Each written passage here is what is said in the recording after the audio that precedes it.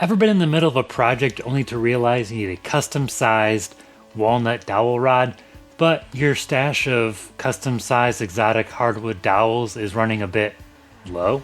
Well, today is the day that I'm going to show you how to make your own custom dowels at home so you can save time, save money, and avoid that trip to the store so you can spend more time in the shop working on your project.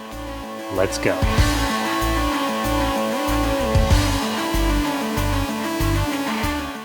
First thing you're going to need is a block of wood. Go ahead and drill a hole in this block of wood using a drill bit the size of the dowel rod that you want to create. This could be any size, just make sure you drill a nice straight hole. From there you're going to want to countersink this hole.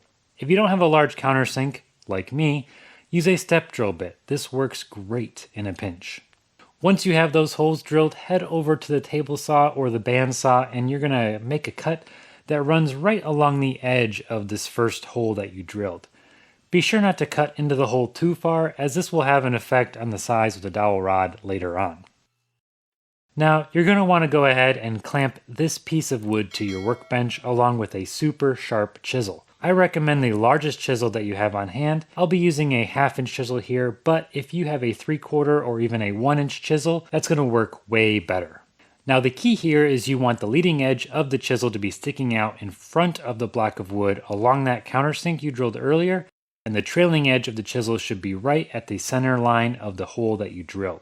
Once you have everything clamped up, take a piece of stock wood from the material that you want to make the dowel out of and hammer that into a regular socket.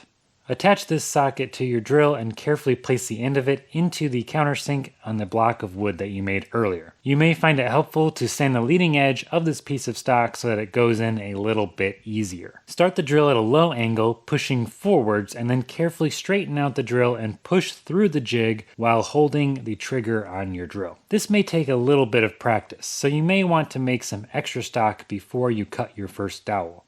Once you have the dowel cut, pull it out and check that it came out at the right size. To dial in the perfect size dowel, you just need to adjust the chisel.